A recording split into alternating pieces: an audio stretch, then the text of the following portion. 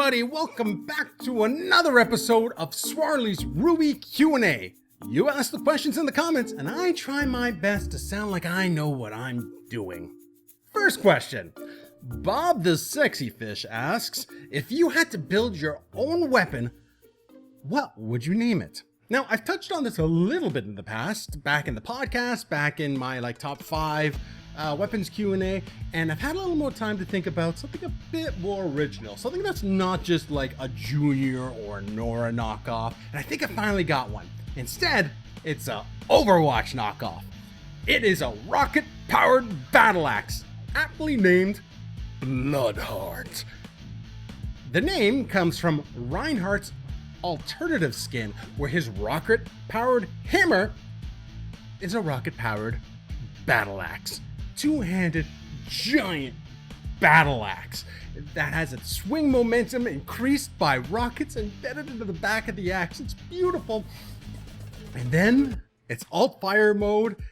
The blade folds down, the rockets pop up, and then those very same rockets are used as a flamethrower. Nothing like the smell of napalm in the morning. Next question.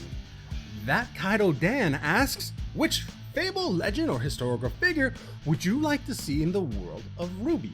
Well, it's actually not either of those three. I guess it's kind of a fable. It's actually a poem. Beowulf. That would be my number one answer. Beowulf heavily influenced what we know today as the hero cycle for English literature, even having a paper written about it by J.R.R. Tolkien, one of my favorite authors, before he even wrote Hobbit or Lord of the Rings, also influencing Tolkien's work on The Hobbit. Minor RWBY spoilers here. When I first got these questions, kind of choose what I wanted, I didn't know this was going to happen, but now that we've seen the Volume 4 trailer, well, some of us, again, minor spoilers, I'm not going to go too far into this, a character from Beowulf has made an appearance in the new Volume 4 trailer of RWBY. I won't say who, I just don't want to have those spoilers out there or anything like that. When the trailer comes out, we're going to go into great detail about this character in RWBY and how he has changed my entire view of the RWBY mythos.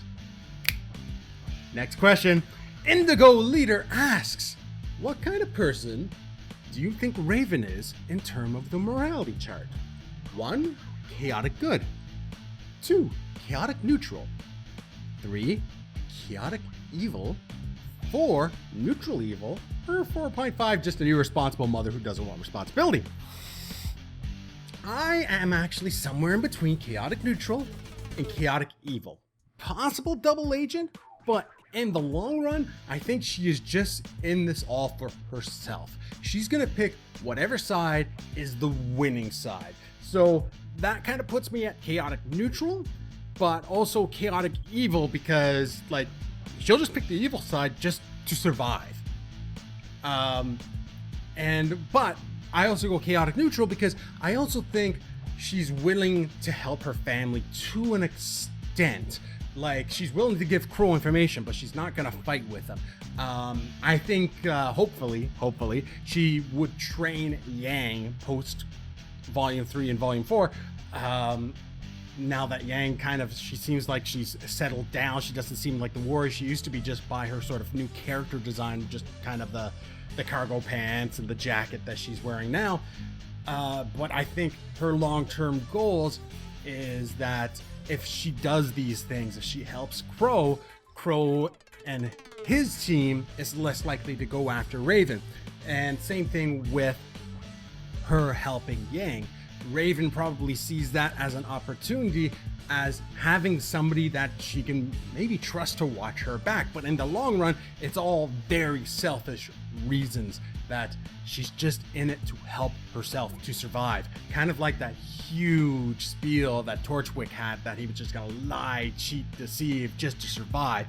In the end, just to die, but We won't talk about Torchwick anymore. Back to Raven. So yeah, my theory is that it's going to be chaotic evil or chaotic neutral. She's only looking out for herself. And if the theory that everyone has is that she's going to eventually train Yang, the only reason she's going to do it is so she can have somebody to watch her back. Or maybe she's got some sort of big, like, sort of mission that she'll need the help with. But all in all, it's very selfish reasons. That's only my personal opinion. Please put the pitchforks down, everybody.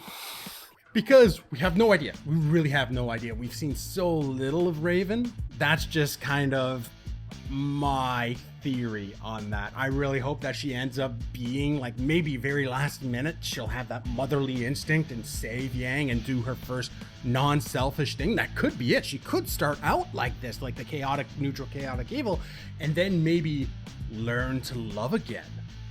Ooh. That would be cool. That would be a good sort of like character development for her throughout the volumes. Well, that turned out to be interesting. All right, everybody. So if you have any questions for me, please leave them in the comments below. And until next time, good night, everybody.